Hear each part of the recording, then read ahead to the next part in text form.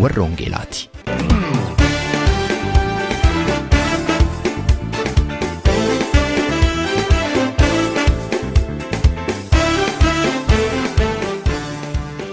Reediyoon warra Wangeelaa tokkummaa waldoota Oromoo warra Wangeelaa Awurooppaatiin qophaa'e torbanitti si'a tokko guyyaa sanbadduraa dhaggeeffattoota biyyootii gaanfa Afrikaaf naannoo isaatiif akka lakkoofsa sa'aatii Itoophiyaatti galgala sa'aatii 12 hamma sa'aatii 12:00tti dambalii gabaabaa kiilooheerzii 15,515 yookaanis meetir baandii 19 irratti dhaggeeffattoota kibbaaf giddugaleessa Awurooppaatiif immoo akka lakkoofsa sa'aatii giddugaleessa Awurooppaatti galgala sa'aatii 21 hamma sa'aatii 21:00tti dambalii giddugaleessaa kiilooheerzii 1,355 irratti karaa intarneetaa immoo sululaan karaa www.egradio.org kan isin qaqqabu tamsaasa Wangeelaati.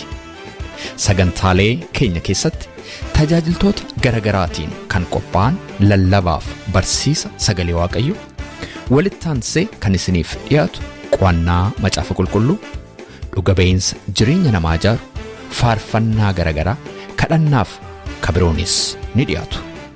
Kun reediyoo warra Wangeelaati.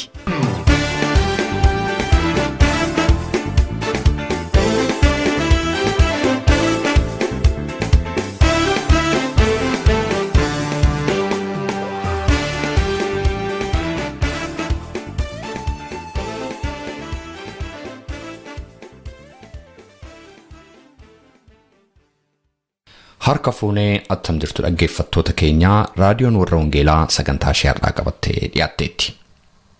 Si'a shanaffaatiif kan adeemsifame konferansiin tokkummaa waldoota Oromoo warra Wangeelaa Awurooppaa inni baranaa torbee darbee biyya Noorweey magaalaa Trondheim keessatti eebba guddaadhaan xumurameera. Humni Waaqayyoo bifa addaatiin kan irratti mul'ate konferansii kan irratti Luba Bulii Bayyanaaf faarfataa addisuu waa'imaa biyya irraatii kan nu tajaajilan si'a ta'u hojjetaa Wangeelaa Galatee Haayiluu immoo achumaa waldaa Trondheim irraatii sagalee Waaqayyoo nu hiruudhaan nu tajaajilaniiru. Kana malees waldootii keenya garagaraarraa kan dhufan tajaajiltootni baay'een tajaajila garagaraa irratti kennaniiru. Seexanni yebeeraa hojiin diigameeraa dhukkubsattootni fayyaniiru waanjoon caccabeeraa hidhaan hiikameera. Konferansii kana fuunduras gumiin mana maree tokkummaa waldoota Oromoo warra Wangeelaa Awurooppaa walga'iisaa dhaabbataa milkaa'inaan adeemsifatee xumurameera.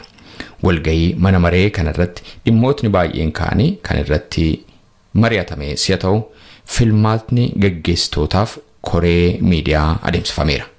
Kana malees konferansii inni jaaffaan waldaa Oromoo warra Wangeelaa Oromoo Barganiin akka keessumsiifamuu murtaa'ee jira.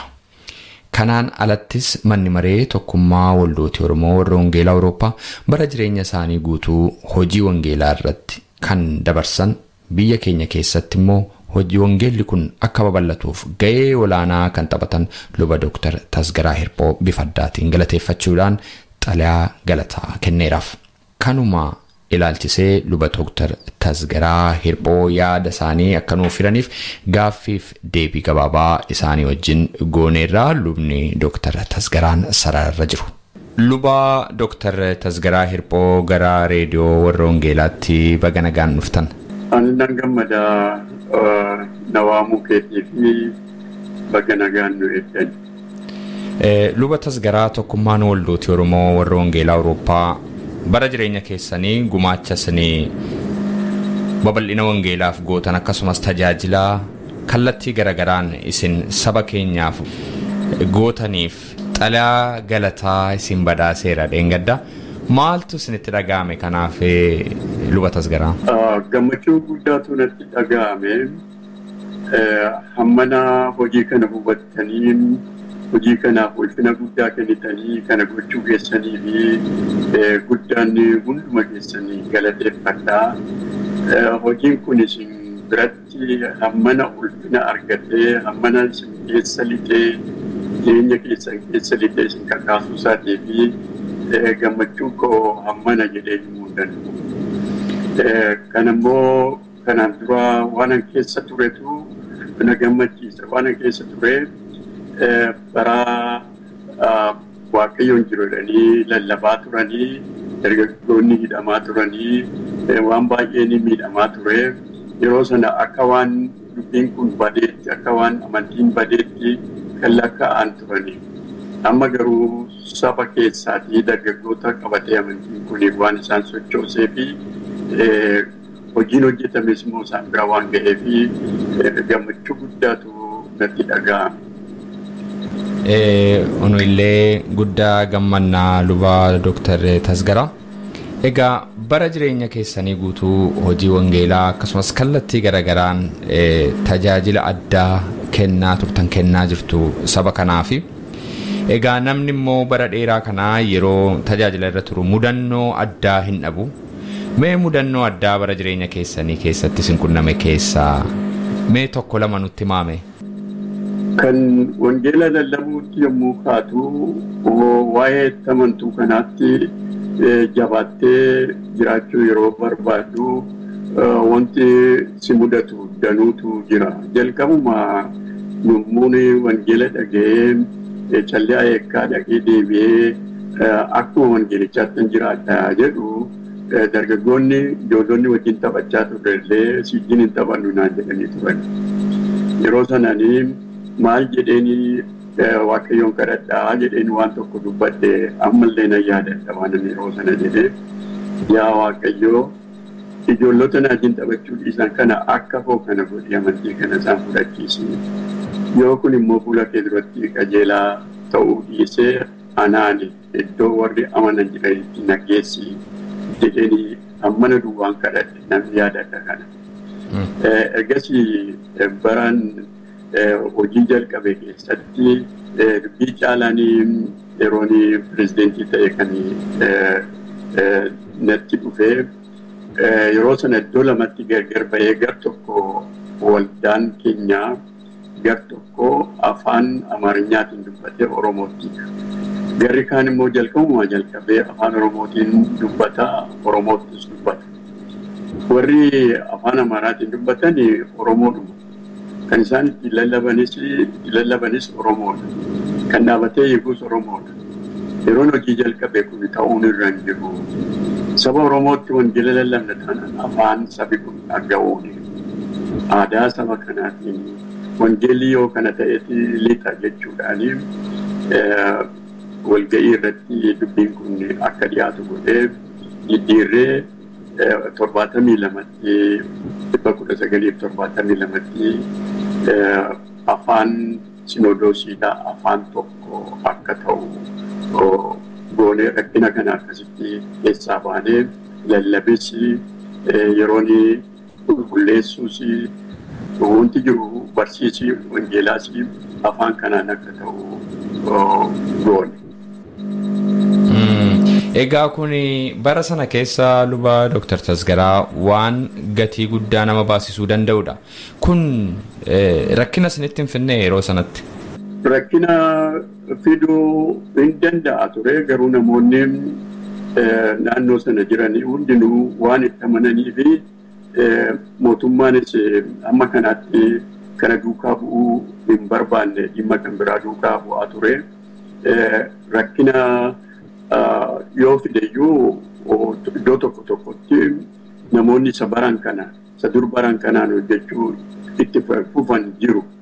Rakkinni keessaa hin dhibu waldaa keessaa alaas hin dhibu. Rakkina kana hundumaa moonee bira dabarree hojiin kun akka itti akka hojjetamu gooneerra. Rakkinni yeroo fedhayyuu taanaanii waldaa keessaa naannoo waldaatis dhibeen beeku ammas hin jira ta'a. Kanaaf namni rakkina sodaatu hojii hojjechuu hin danda'u. Sirriidha. Luba Dr Tasgaraa amma hojii wangeelaa kana fuudhanii gara fuulduraatti kan tarkaanfachiisaa jiran dargaggoota baay'eetu jira kan sagantaa kana dhaggeeffataa jiran. Mee isaaniif dhaamsa maalii dabarsitu? Dargaggoonni si'anaa karaa ittiin hojii kana hojjetanii karaa baay'ee qabu. yeroo karaan kun hin jirrettiyyuu namoonni nu dura turan akka isaan itti hojjetan hin ilaalu. Anis immoo yommuu jalqabe attamitti akka hojjechaa turre yommuu ilaalu inni ammaa kun dhaamsa gabaabaa kanan itti himuu isa qabdaniin isa beektaniin hojjechuudhaaf dhamaatu hojjettanitti. Hojii tokko duwwaa miti waldataa keessatti kan hojjetamu hojiin caaffataa jira, hojiin karaa raadiyoo jira, hojiin karaa garaagaraa waldaan tokko kan ijaaramu hundinuu yoo dammaqee ka'e hojii kootii yoo ka'edha. Kanaaf qabeenyammaa dargaggoonni qaban kanaanii wangeelli biyya keenya irra darbee iddoo biraa yoo ga'a. Qabeenya akkamii akka qabnu kana beekuun barbaachisaadha. Qabeenyi nu qabnu macaafa qulqulluun kun harka keenya keessa jira. Harka keenya keessa isa jiru kana garaa namaa keessa kaa'uun, yaada namaa keessa kaa'uun, jireenya namaa keessa kaa'uun karaa garaagaraa karaa banamaan jira waan ta'eef kanatti akka dhimma ba'anii dhaamaa. Luba Dr Tasgaraa Hirphoo maqaa dhaggeeffattoota reediyoo warra Wangeelaatiin guddaan isin galateeffadha. Galatooma dhufni kun saba keenya biratti akka gahan nan abdadha. Nan amanas amma erga deemne caalaayyuu na deemna, caalaayyuu iddoo biraa yoo keenya dhiitee namoonnis.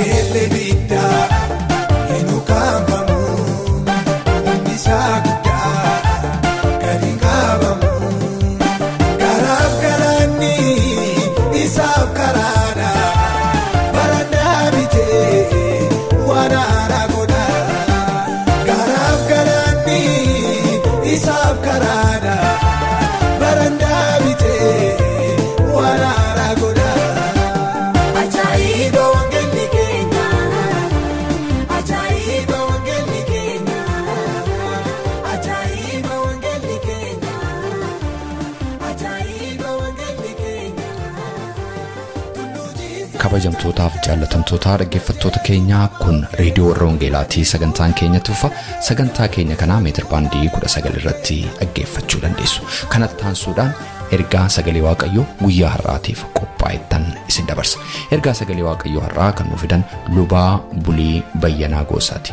Lubni Buliin torbee darbee eenyuutu si fuuldura deema mataduree jedhu irratti barumsa sagalee waaqayyoo kutaa tokkoffaa nu dhiyeessanii kutaa sattaan immoo yeroo ittaanu takka nu qabatanii dhiyaatan waadaa nu galuudhaan gargar baanee turre.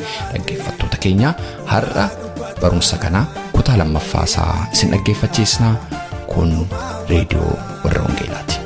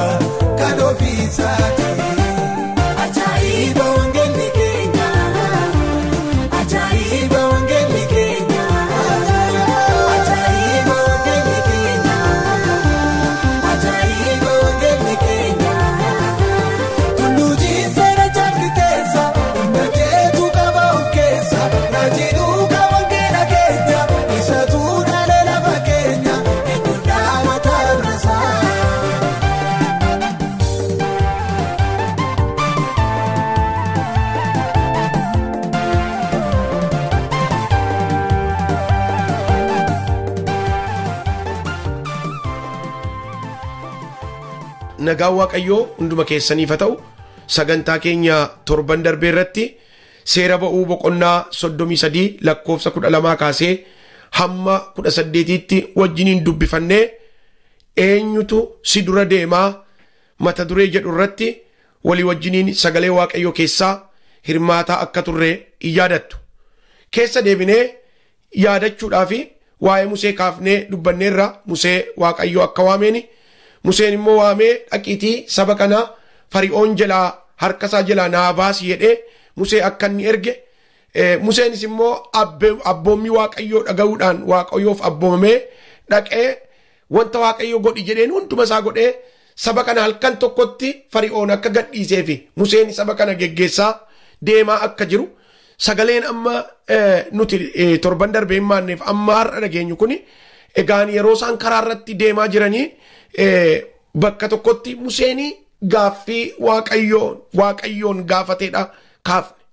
Maal jennee dubbannee torban darbee yeroo darbee gaaffii Museen gaafate kana bara kana keessa namni hafuuraa tokko namni waaqayyoodhaan wajjin inni waaqayyo na waameera waaqayyooti dhimma narraa qaba jedhu tokko gaafachuu akka qabu gaaffii sadii walii wajjin ilaallannee lama kaafnee dubbannee jira. Inni duraa deebinee yaadachuudhaaf maal jennee eenyuun naa wajjin ergitaa jedhe Museen saba kana baasii naan jetta kanati naa wajjiniin ergitu eenyu jedhee waaqayyoon akka inni gaafate ilaalleerra. Isa lammataa irratti immoo Museen ammas gaaffii baay'ee barbaachisaa ta'e waaqayyoon gaafata. Maal jedhee gaafata? Maqaadhaan si beekeera jetteetta. Faara tolaadhaanis fuula koo duratti ilaalamteetta naan jetteetta. Kana hoo attamittan beekaa jedhee Museen akka inni waaqayyoon gaafate ilaalleerra. Har'agaa isa sadaffaadhaa fi deebii waaqayyo biraa Museedhaaf dhufe walii wajjiniin kan ilaallu ta'a. Seera ba'uu boqonnaa 33 lakkoofsa 12 irraa kaasee irra deebi'een dubbisu kallattii dhumaananii sagalee waaqayyoo dubbachuutti seena.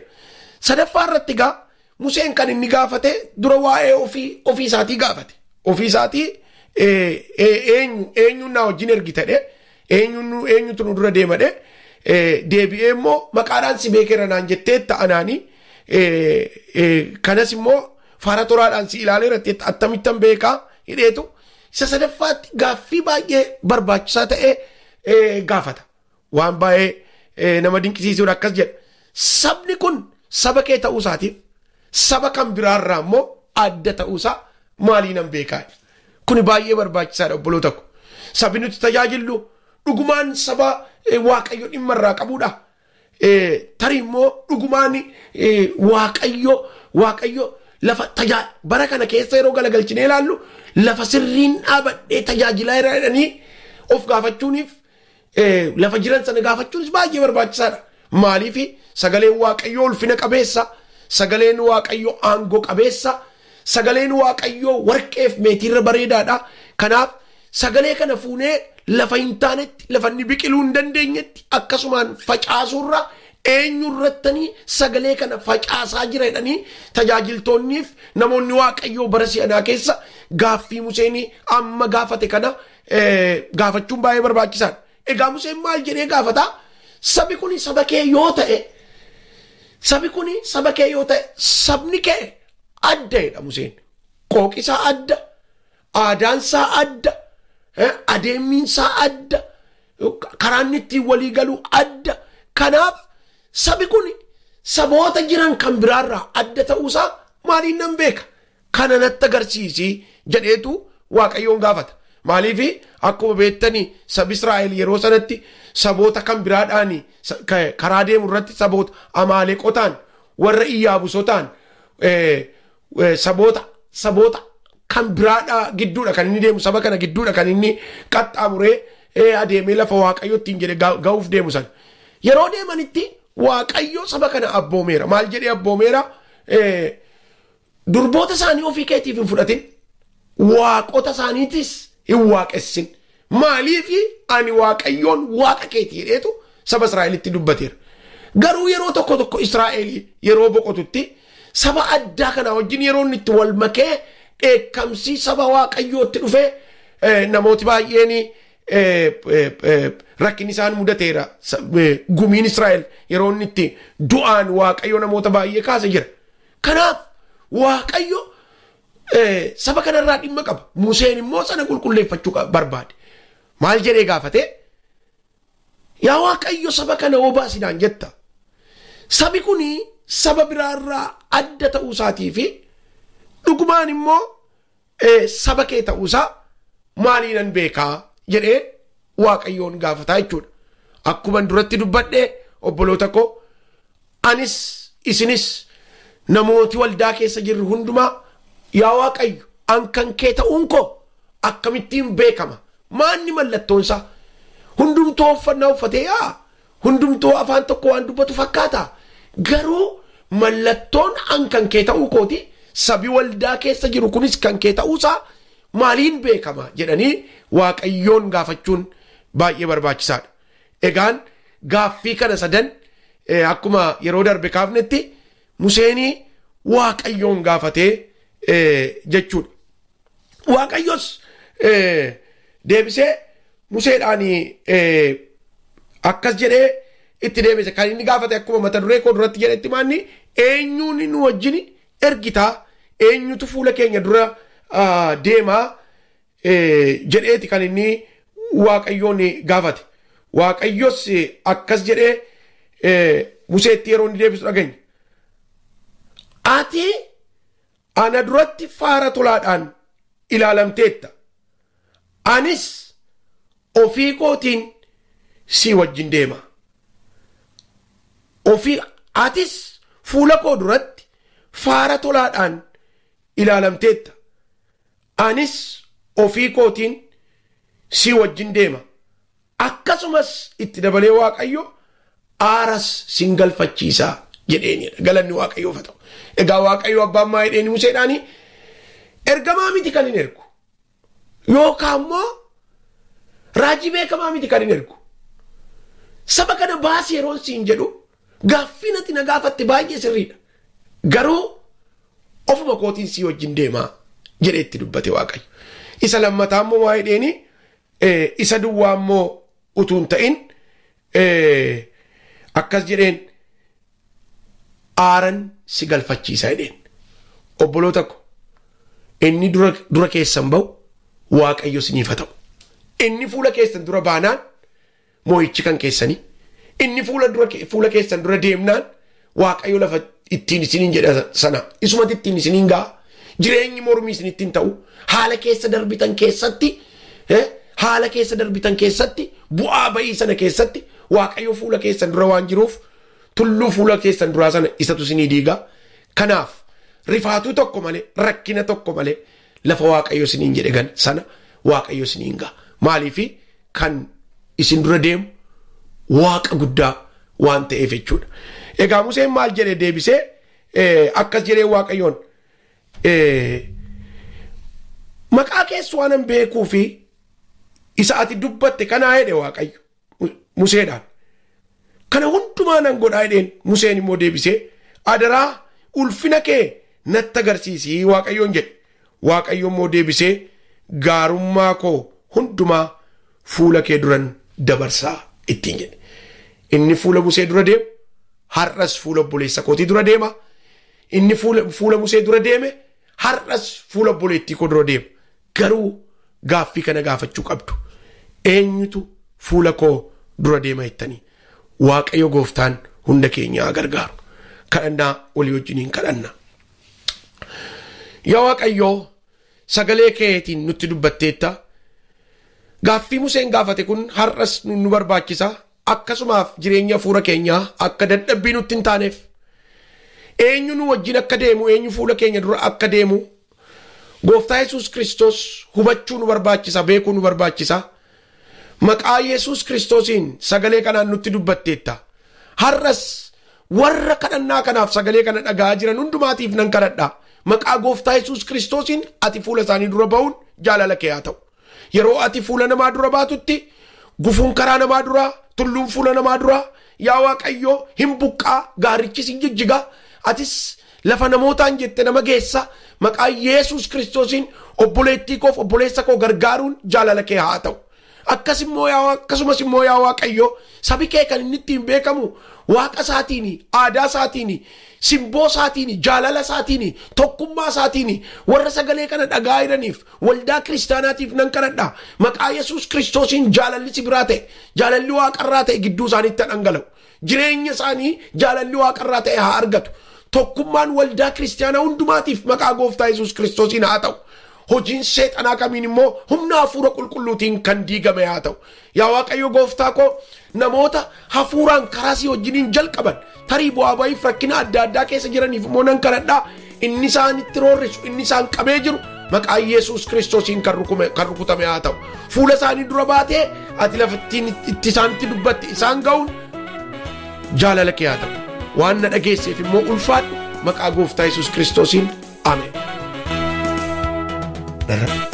Abdii jireenya kooti wabii koo gaafa rakkinaa. Iddoo boqonnaa kooti gaaddisaa koo lafa onaa. Guyyaa muddama kooti fira dursee kan dirmatu. Dhokataa yaada kooti gad fageessee kan hubatu. Baay'insaa gaaddisaa qoraatti daa'imanitti maqee darbee. Nantane iddoo boqochiisu keessi koo gaafa dadhabee. Chaba koo dhiibbachuu barbaade dhaqee namas cabee kanaa. Miidhamni saba keetti ta'urraa inni keessaa natti caalaa. Wabii koonsi godhadhaa sichi naaf hin ta'u namni. Mako gara kennu faasitanii kadhaanii. Wabii koonsi godhadhaa sichi naaf hin ta'u namni. Mako gara kennu faasitanii kadhaanii. Jireenya kaayoo koo bara dheeraa si wajjin mari'adhaa. Gooftaa koo iti kozi noosu gad fageessee sitti maddaa. Jireenya kaayoo koo bara dheeraa si wajjin mari'adhaa. Gooftaa koo iti kozi noosu gad fageessee sitti maddaa.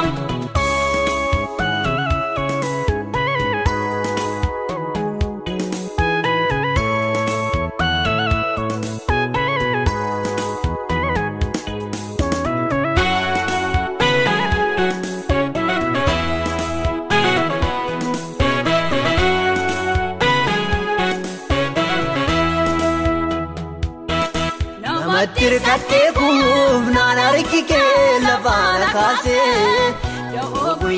Dhaggeeffattoota keenya sagantaa keenya irratti akka eebbifamtan abdii qabna. Waa'ee sagantaa keenya gaaffii yookaan yaada yoo qabaataniif karaa teessoo xalayaa keenya rww.tblainsvine13 1081 Oslo Norway jedhaatiin nu barreessa yookaanis karaa iimeeyila keenya raadiyoo warra wangeelaa @gmail.com jechuudhaan nu qunnamaa. Torbee sagantaa biraatiin hamma walitti deebinutti nagaa waaqayyootiin